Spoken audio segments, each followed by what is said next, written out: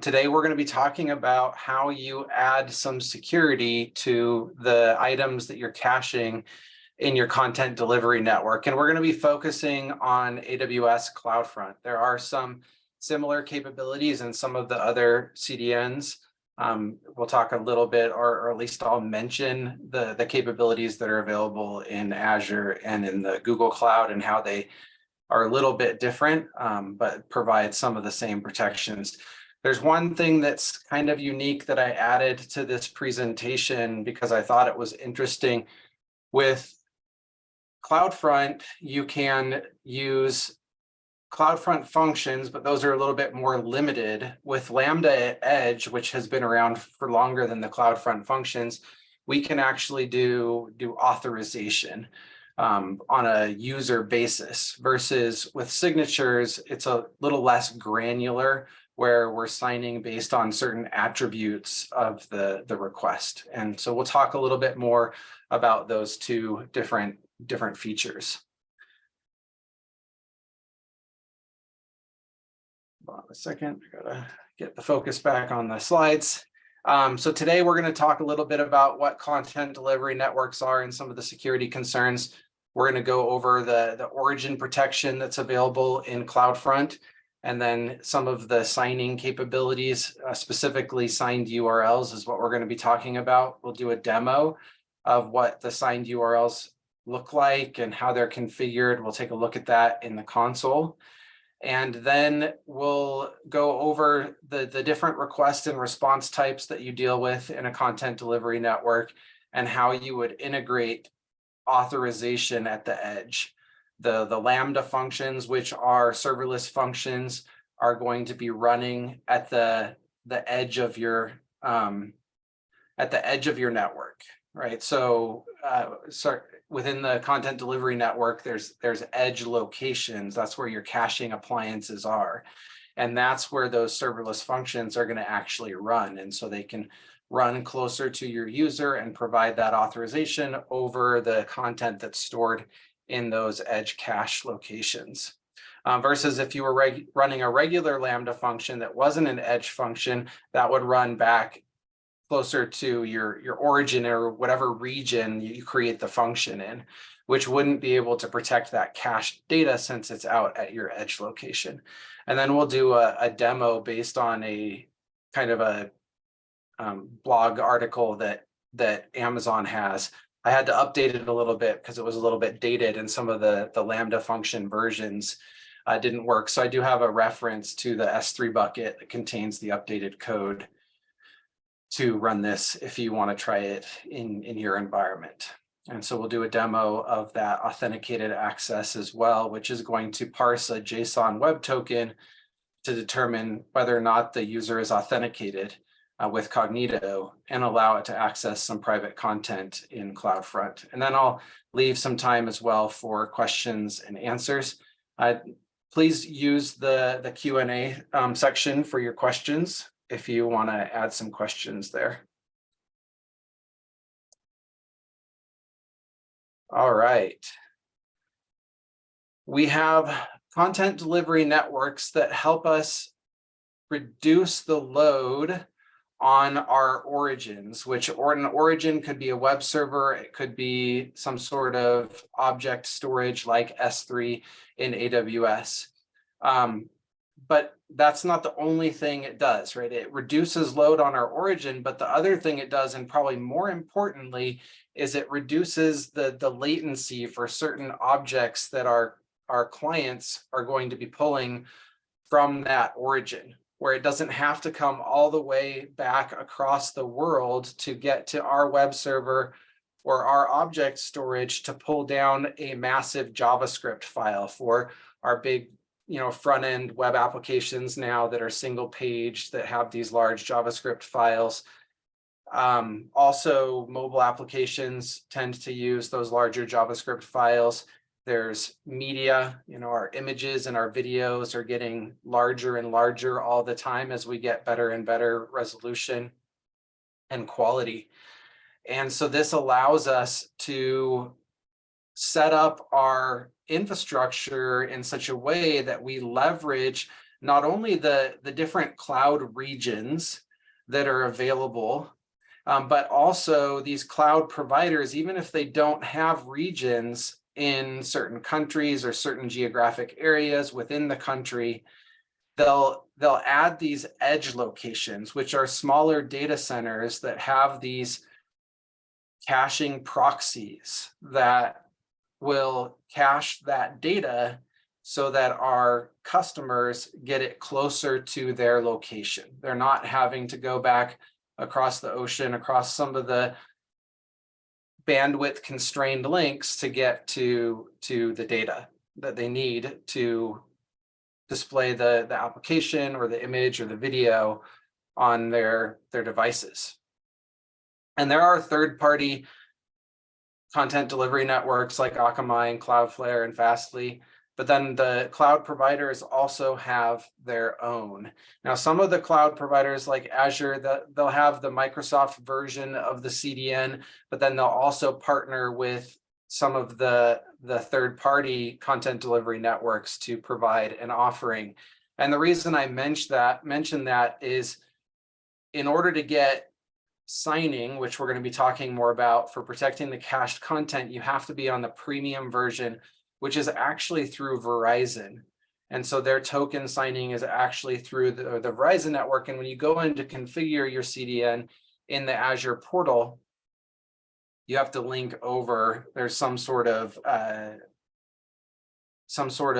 kind of authorization that they authenticate you to the Verizon CDN through the Azure portal and give you a token that's valid in that solution to be able to do your configuration. And when we talk about that, because we have the option of doing in 540 where we do signing, we have a whole automated CloudFormation stack that sets up the infrastructure that we're going to be going over for looking at the signatures. In AWS, we can completely automate that process through CloudFormation. In Terraform that we use for the Azure labs, we can't completely automate everything because of that Verizon piece. And so that's a slight difference between the AWS labs and the Azure labs. If you do have a question, go ahead and put it in the Q&A. I know I saw somebody raise their hands, but I don't know if we have a voice enabled for the participants. So if you could put it in the Q&A, then I'll see it there. In Google Cloud, there's signing as well that's built in, although the difference there that I saw when I was researching it is they do not have, they don't validate when the signature is missing. They only do the validation when the signature is there. So you have to do the validation of whether or not the signature exists when it gets back to the origin. Yeah, so if you have questions, put in the Q&A, and when I see it, I'll go ahead and answer those. CloudFront is Amazon's CDN, and just like the other ones, there are going to be edge locations throughout the world. And then you have your origin that you have to configure to serve up the content that you want to cache. So you're directing traffic through the CDN back to either an HTTP server, a web server, or an S3 bucket. We may not want all of that data to be cached for everyone, right? We may want to restrict access to certain cached content because it's licensed content. Think about Netflix and Hulu and others that are providing videos and that we're streaming to our devices. They make agreements with different movie studios and TV studios for their content. And I'm sure that those studios wouldn't be super thrilled if anybody was able to take their cached link to their content and send it to others to view those videos as well. And then we might have some proprietary data or some data that's specific to a user. And so we don't want to cache it for other users. And that's where we would need to add some protections. In fact, I actually had an issue where I worked for a company where we had a caching issue. We weren't putting in the right cache control headers, and everything was going through our CDN. And one day, a bunch of customers started calling into our call center saying, hey, I think something's wrong with my account, or it's been hacked, because I log in and I go to my profile and I see somebody else's information. It's not mine. And so what's going on? And some of them were very, very agitated. And it turns out it was just because we had migrated to sending more traffic through the content delivery network. The profile page itself didn't have any, in the URL, any uniquely identifying information. It was just, site.com/profile. And since it didn't have the right cache control headers, it was being cached. And so the first person in that location that went to the site and logged in and viewed their profile, their information would get cached, and then subsequent users in that area would receive that cached data back. And so we can prevent that with the cache control headers that are being sent back from our origin, from our application. But we can also change the configuration of our content delivery network to exclude those endpoints. And when we go through some of the examples, we can look at where that would be set up. Let me look at the questions here.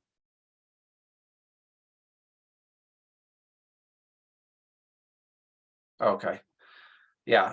So the edge locations are going to be more than what you see in the cloud providers' regions. If, for instance, you're in Australia somewhere, but you don't happen to be close to Sydney, then there are going to be edge locations that are closer to you that are going to be caching that data. In our examples, we're going to be using S3 as an origin, which is an object storage service in AWS, but it could be your web server, similar to the example I mentioned, where the users were getting the wrong profile information. Where the content can be accessed maliciously, we'll see in the demo, is when you go to the site, you may get a link that's not the link for that image or for that data. That's not the link to your web server.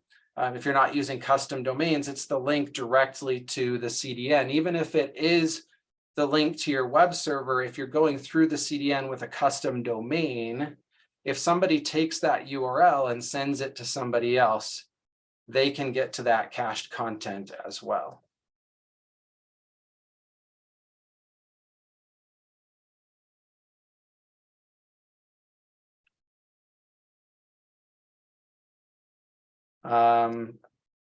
All right, so what was the term used to refer?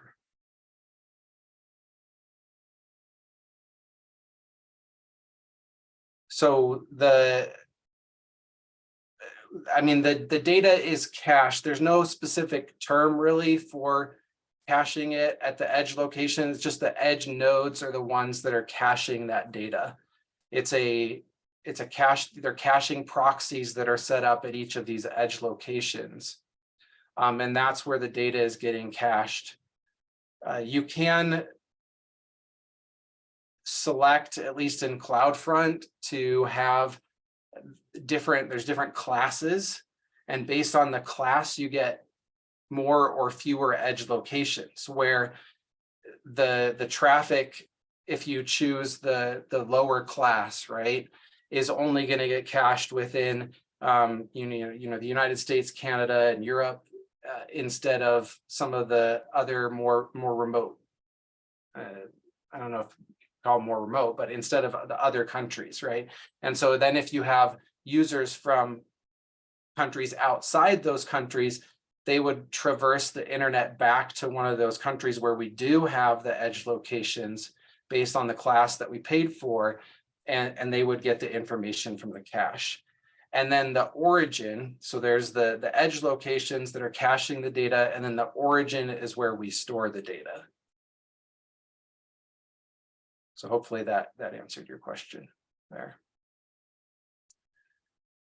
And this will become hopefully a little bit more clear as we go through the demo.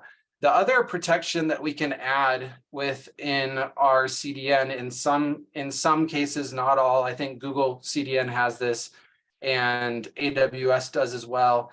In Azure, they have shared access signatures that you might be able to use.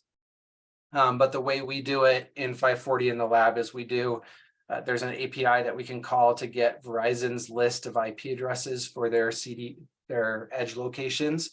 And then we can set it up so that the object storage in Azure only allows access from those IP addresses. But the way we can do that's a little bit more granular in CloudFront is to set up an identity that we can assign to our CloudFront distribution.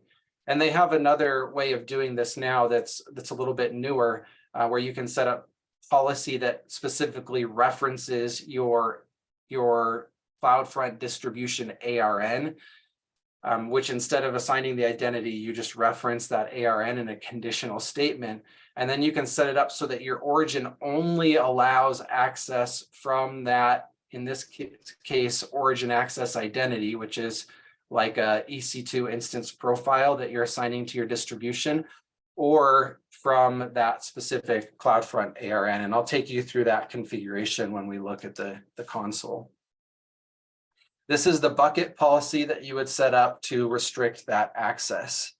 And so you can say, hey, this specific user, CloudFront, because it's the only one that's going to access this bucket, can get objects from a specific path inside of that S3 bucket.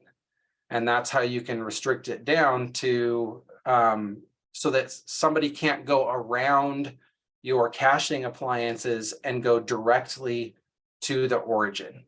Because that's another concern. If we're signing the cached content, CloudFront's going to be validating those signatures. But if somebody can go around that and go directly to the origin, then that doesn't matter that we have signatures. They can get access to that content. If we have the signatures plus we add in this origin protection where only CloudFront has access, we can really lock that down. With signing in CloudFront, you can use URLs or cookies. With URLs, you can do the date and time that the access starts. So you can add a start date. You can have an expiration date for either cookies or URLs. And then with URLs that support custom policy, you can also have IP address, like a CIDR block of IP addresses, which gets a little dangerous these days with mobile devices that are switching between Wi-Fi and cellular data and things like that.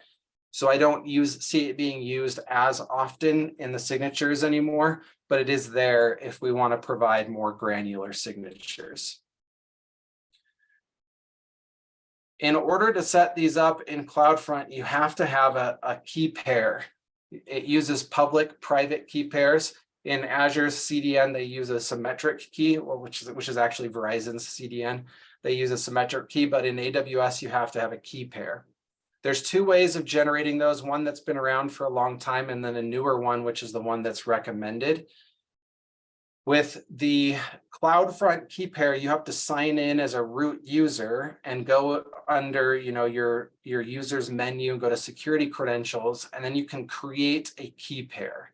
And that key pair is associated with the account that you're logged into. And that's how it knows where to go look up the public key for that key pair in order to validate the signatures that we're signing in our application with the private key. So we keep the private key. We ensure that our application is generating either the signed cookies or the signed URLs with the private portion of that key pair. Because they didn't want people to have to use their root account as much, they came up with trusted key groups, and that's a feature within the CloudFront service itself. And so you can grant people policy that allows them, gives them permission to set up key groups. They would generate the public-private key pairs using OpenSSL or some other library that allows them to generate those key pairs in the right format. And then they would upload the public key to CloudFront. and then retain the private key for doing the signatures. The other thing that we need to do is to set up the signing in our application, right, in order for this to work. And when I go through the demo, I'll show you what happens if you add in a trusted signer or a trusted key group in the CloudFront configuration before you start signing URLs or cookies in your application. Here's an example of a signed URL. And then one of these parameters, you see this policy parameter here, it's truncated, but it's a base64 encoded block of text that looks like this when it's decoded, that contains your conditions. And this is where you have the start date and the expiration date, and then the IP range, which in this case is wide open, but you could filter that down. The key pair ID is also important. This is going to tell AWS which public key to use to validate the signature. Within your account, if you're using CloudFront key pairs, you can have, I think, up to 5 by default, and maybe you can request more, 5 different key pairs, and it needs to know which one to use. And when you create a key group, it's the same thing. You can have more than one public key, and the CDN needs to know which public key to use to validate the signature you created with the private key. Yeah, definitely. The guidance has been, don't log into those root accounts ever if you don't have to, and put in like hardware-based MFA. And so they're really trying to discourage the use of those root accounts, which is why they came up with the trusted key groups option. Because there were a few things still that you had to log in as the root account to do, and they're trying to limit that as much as possible. So let's take a look at our first demo here. I'm going to bring over my AWS windows over here. There's CloudFormation that has set up and created this stack. This is associated with, again, Sec 540, which is the cloud security and DevSecOps automation course. Let me go to the right region. This is the demo that we're going to be looking at later. So let me switch over to US West, where I have my other stack. All right. So in here, we have a bunch of stacks. Some of them are setting up our like ECS cluster. This is for hosting our web application. And then there's the S3 buckets that store the coupons that we're going to be protecting with signatures. And then there's also in here, if I can find it, the CloudFront distribution. And so that's all set up with CloudFormation. And then if we go into our parent stack here and go to outputs, this is where we can get our public URL for our load balancer, and this is going to get us to our website that has those coupons. Over here is our CloudFront distribution. We're going to be looking at more of those settings here shortly that were set up with that CloudFormation code. Here's our website, and if we go to the home page, I'm not going to actually do it right now. We'll go through it here shortly. There's a form that I can fill out that is requesting discounts or coupons. And when I fill in my name and my email address, I'm going to get to see these coupons here. Before I implement signatures, when I actually open up that coupon, I see that it's not actually hosted directly on my site. We're not using a custom domain. And so we actually see this unique CloudFront URL. And I can take this URL, I can copy it, I can send it to somebody else, and they can get the coupons without providing any sort of personally identifiable information. And the reason that Dunder Mifflin in this case is choosing to give out those coupons is so that they can market to you. You get a discount, you're paying for that discount by providing your email address so that they can send you some emails. I guess would be the nice way of saying that. Now, when we add a trusted signer or trusted key group, which I'll show you here shortly where that is in the configuration, we're telling CloudFront to expect signatures and to validate those signatures. We reconfigured CloudFront to expect those signatures, but we're not providing those signatures in the code yet. And so we get these broken image links. And if we open up the images, we see this error, missing key pair ID query parameter or cookie value. Along with the signature, if we go back to the slides, along with the signature, and in this case, the custom policy, we have this key pair ID. And that key pair ID is required for CloudFront to even start to validate our signatures. It cannot do the validation without that key pair ID because it needs to know which key to go get, which public key to go get to validate that signature.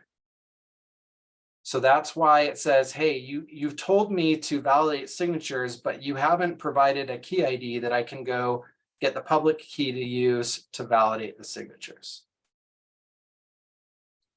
So now let's take a look at the final solution, which is after we update the code for the Dunder Mifflin web application to provide those signatures. I'm going to go here and I'm going to add in my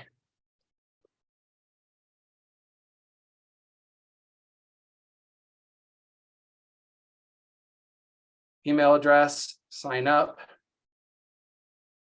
And now I can see the coupons again. If I open this in a new tab, you see here at the end, we have our policy, we have our key pair ID, and then the signature is in between those two.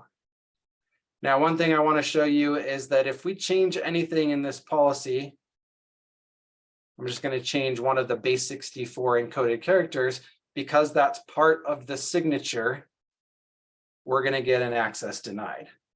Not because we didn't have it, we're not providing the signatures, we are now, but the signature is not going to match that policy, which has the URL, it has the expiration, maybe the IP addresses, depending on how we've configured that. All right, let me check the Q&A and then we'll go take a look at the configuration. All right, I think I answered that one, so get rid of that. Okay, here's our CloudFront distribution for this specific example. There's a few things that we need to look at. The origin configuration that's pointing to our S3 bucket that contains the coupons. If we click edit here, just so that we can see the settings.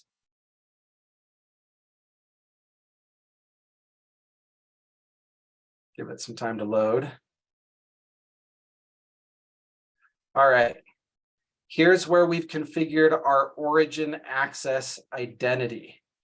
And this is basically assigning an identity to the distribution so that then we can set up the appropriate bucket policy to only allow access from that origin access identity. And there's some other settings in here, like origin shield is basically adding another layer of caching so that it reduces the traffic that goes all the way back to your origin. So you might have the edge locations that are caching, but then you might have something closer to the origin, maybe in the same region, another caching appliance that's doing the caching from the origin, maybe caching things a little bit longer or differently so that it can push that data out to the edge locations without them having to come all the way back to the origin every time. Or maybe you might have something in all the different AWS data centers. I don't know exactly how that origin shield works behind the scenes, right? They talk about it generally if you click the info here, but they don't give specifics.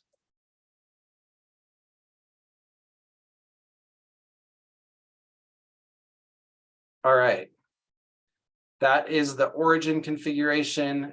there's this new origin access control setting, and we'll look at the S3 bucket policy here in a second. But the new policy, if you're using this origin access control settings, that's the new recommended setting. Instead of using an identity that you assign to the instance to restrict that bucket policy, you have this conditional statement that uses the ARN for your CloudFront distribution. And so here you're saying, hey, only the CloudFront service has access to get an object from this bucket, and it has to be this CloudFront ARN. It has to be our distribution. It can't be anybody's distribution. Since we've assigned this origin access identity to our distribution, we can set up the bucket policy to only allow that principal to have access. And let's go over to S3 to take a look at that. Here's our buckets. This is our coupons bucket here.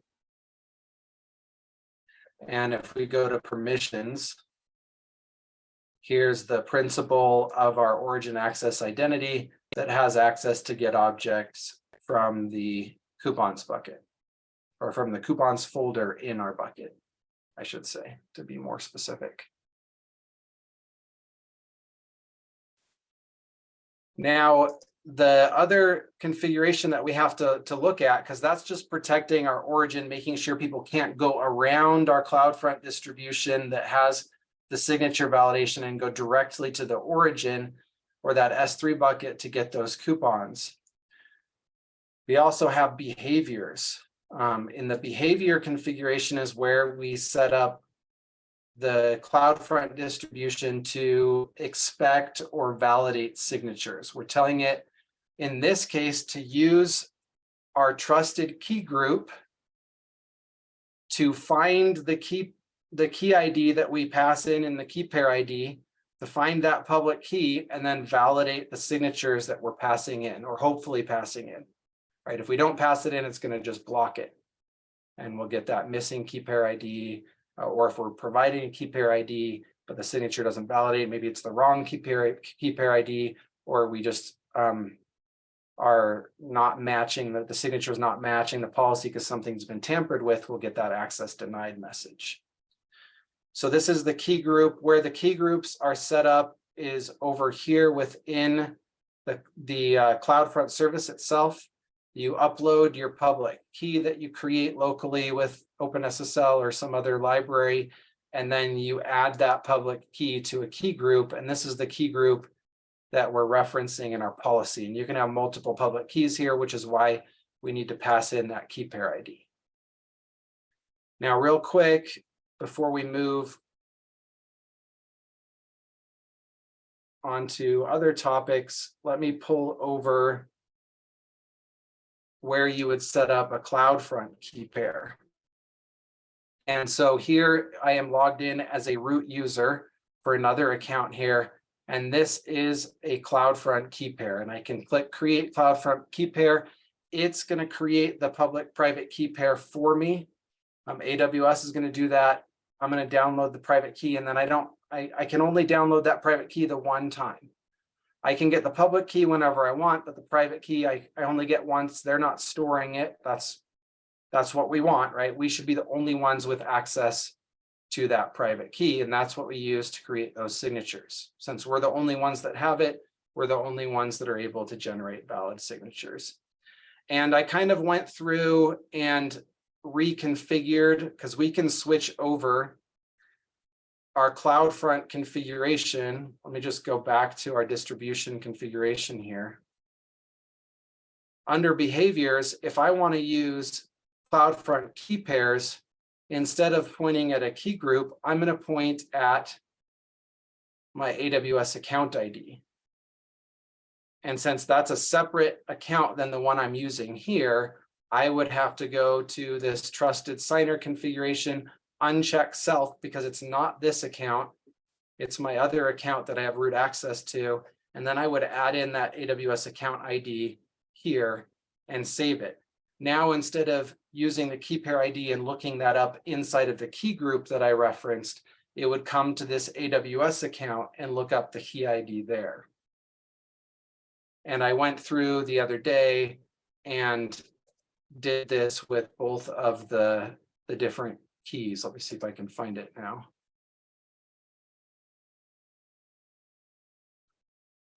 Well, oh no, it's in my other, sorry, it's in my incognito or private browsing window. And so here's where we were using the key group key ID. That's the K35, that's inside of my key group. And then over here is where I've switched to my CloudFront key pairs, which were generated in that other account. So I can even use keys that are in a separate account. You could set up a specific account that is just CloudFront key pairs. If you still want to use those, but you want to kind of reduce the impact of somebody using that root user, you could set up service control policies that totally lock down that account, only allow it to create CloudFront key pairs, I guess, and use that account for your key pairs. But key groups are the better recommended option. All right, any questions on signing before we move on to edge authorization?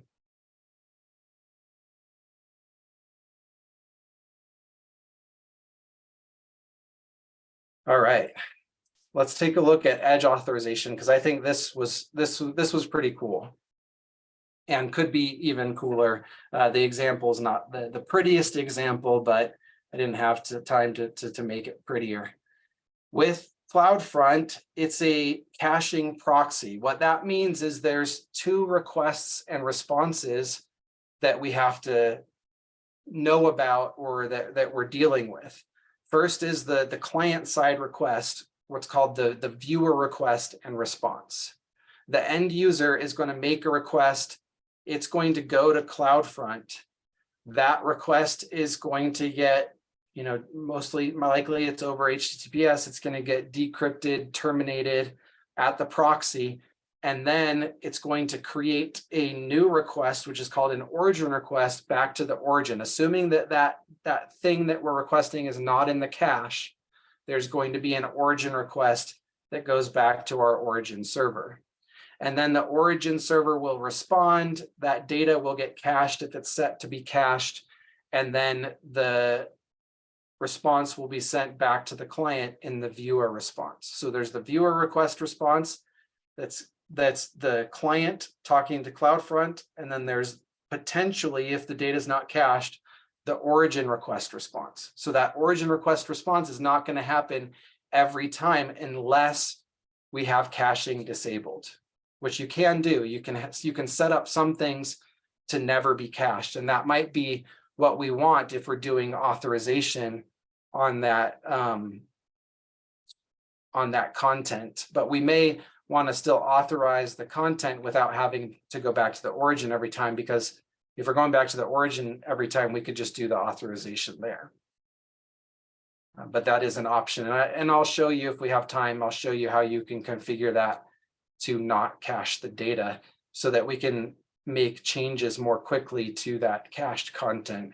And then we'll also talk about invalidations. If we want to be able to change the content, but we still want it to cache, then we can upload the new document or the new content and then invalidate the cache so that it gets the new one right away. So the way that this kind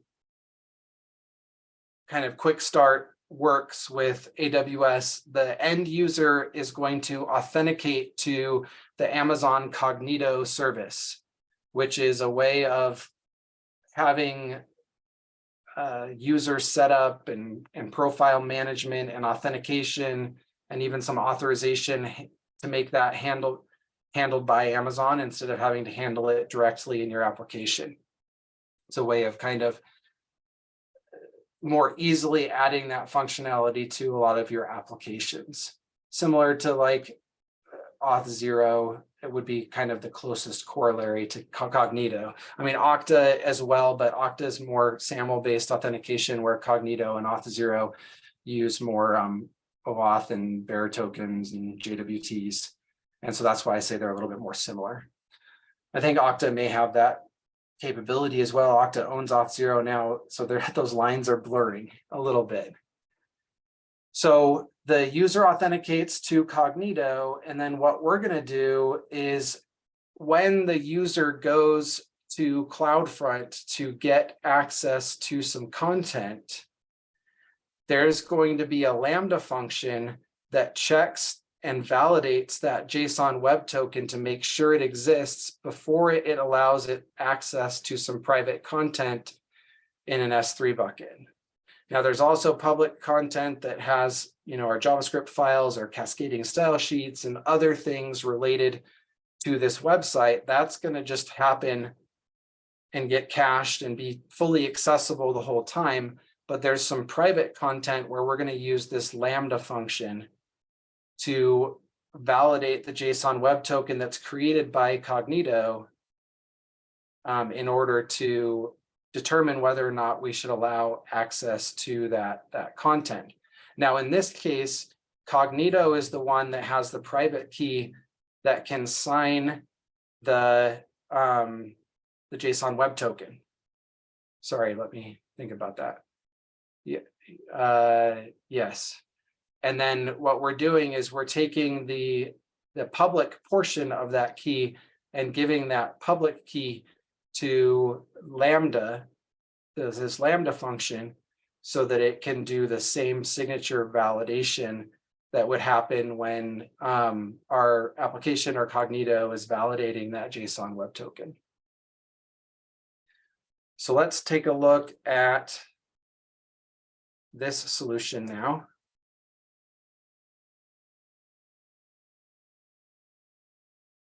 I'm going to go back to CloudFormation here, but we're going to go to the US East one, which is where their quick start template expects this to be created. That's one thing that I didn't update. I did update some of the runtimes of the Lambda functions, but I'm going to go back to stacks here. Here's our auth at edge. That's our parent stack. And then there's some of these child stacks here related to it. And if we go to the outputs here, this is our main URL, which is our website address. I'm going to go ahead and open this one up. All right, here's our private content viewer application. And there's this top secret.json file that is served from our private S3 bucket. If we try to retrieve that right now, it's going to give us this 401 access denied error. That is coming from our Lambda edge function. Because we're not providing a JSON web token here, we're not authenticated to Cognito, it's blocking access to this top secret.json file. If I click authenticate with Amazon Cognito here, I'm going to sign in as my Sans demo user, which I already had that cached. Let's go ahead and, well, it doesn't matter. I'll show it to you first. Now that we have this token here, then I can click retrieve private data. And now I have access to this private content. If I remove this token here, which, could still be authenticated with cookies and things like that, but it is the Lambda functions retrieving that from the URL, so it's going to give me that 401. So let's look at the setup for this one. If we go to CloudFront, the setup is a little bit different for this one.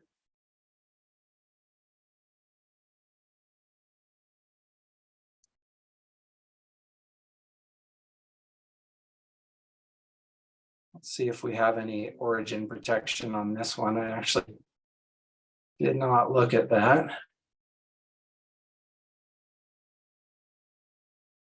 I think we do, though, because I did try to go directly to the S3 top secret JSON file and wasn't able to get to it.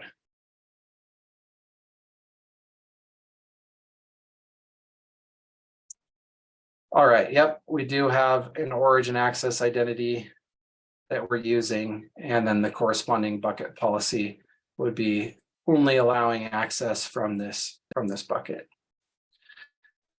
The behavior configuration is where we get into the Lambda at edge. So for the private endpoint, so for anything under the private path, if we go into this behavior, down here under the viewer request, so this is the request coming from the client to CloudFront, we're going to execute this Lambda function here. If we go over to Lambda,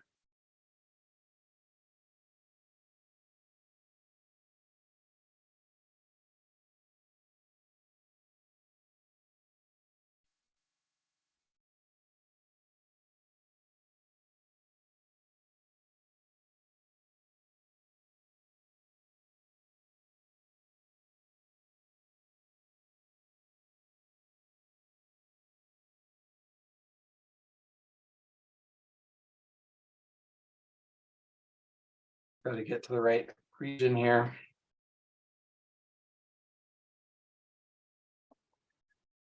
The other reason that it sets this up in US East 1 is CloudFront is a global service. And so if you want to access a Lambda function from CloudFront, it has to be in US East 1 because it's a global service. Certificates you use in CloudFront have to be in US East 1. Lambda functions have to be in US East 1. Any of the global services, when they're connecting to services that are more regionally scoped, like Lambda, that's the region that you need to use to set up those connected services. So you see here, there's quite a few auth at edge Lambda functions. Let me just make this a little bit bigger here so you can see it. There's the Cognito one. There's the one that populates the S3 buckets as part of the setup process. And then there's another one that updates the function to have the public keys that it needs. Those are output. When the CloudFormation sets all this up, they're set up as outputs. And then this Lambda function updates this function code to have access to those public keys to do the signature validation. All right, so let's go into this Lambda function and we'll take a look at it before we wrap things up and answer any questions.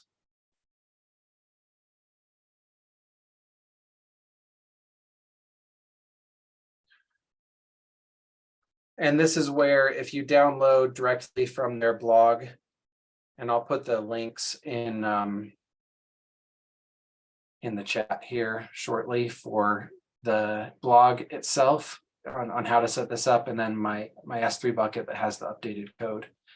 But these are the entries that get updated with that other Lambda function, our pool ID, which it gets from the CloudFormation stack output, and then this JSON Web Token keys JSON object, which has the RSA public keys to use to validate our JSON Web Tokens. Now, some JSON Web Tokens are symmetrically created and validated with a single key. This is a different type that uses public-private keys. It's going to parse out our key, and then if it's not, this is our constant for if it doesn't validate or if it's not there, we get that 401, but that's just a variable that's being set up there.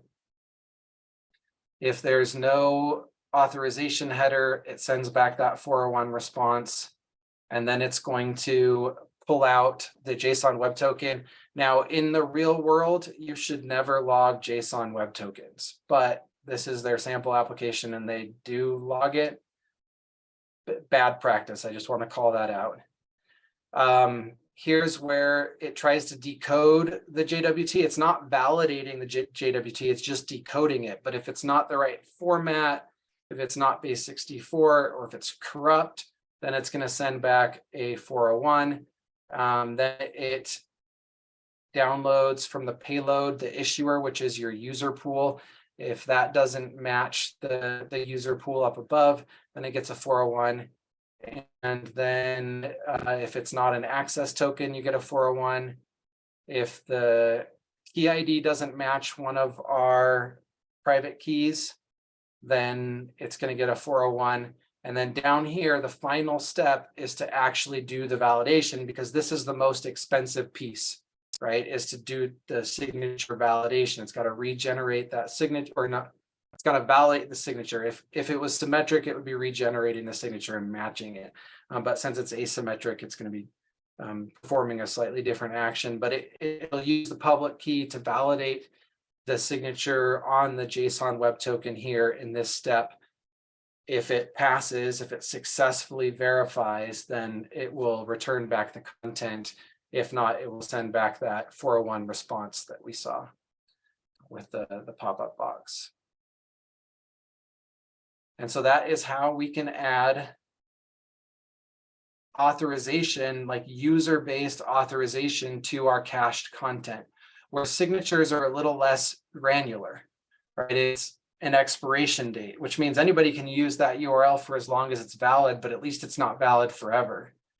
Or maybe you can restrict it down by IP address, or you can have a start date. Start date's a little bit interesting. The only way I've come up with to kind of talk about why you would want like a start date is the one, example is, let's say you're a public company and you have your earnings call at the end of the quarter, and you don't want to release your financials until after that call ends, but you do want to get them staged so that they're available right after the call. You could stage those assets, have them go through your CDN with a signature validation, and set the start date for after your earnings call so that people aren't getting access to that data early.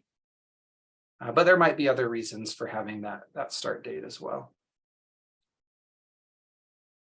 All right, any questions? While I'm waiting for questions to come in, I'm gonna go back and get those links so that I can send those in the chat.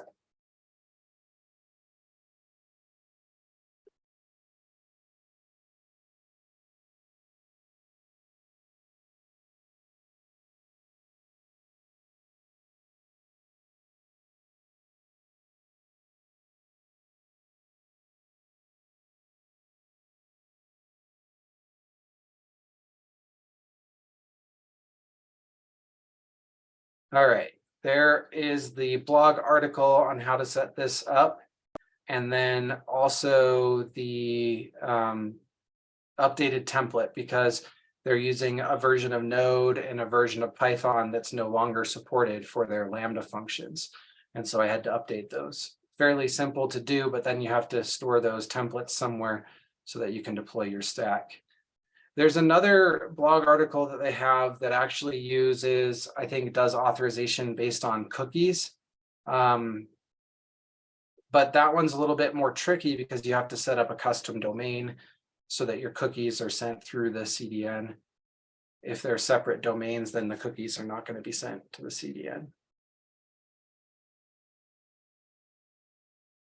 All right. Let me know if you have any questions. If you think of one later, reach out to me on social media, or somehow find me. I'm pretty easy to find. My name's David Hazar. Happy to answer any of your questions. But this is how you protect content in your content delivery networks. Just a couple other things. We've got lots of different cloud courses here at SANS. If you haven't looked recently, it's expanded greatly over the last couple of years. So take a look at what we offer. We also provide some recommendations based on your role as to the classes that might be most suited for you. And so let me know if you have any questions related to that as well. And then here's my information, my LinkedIn and my email address.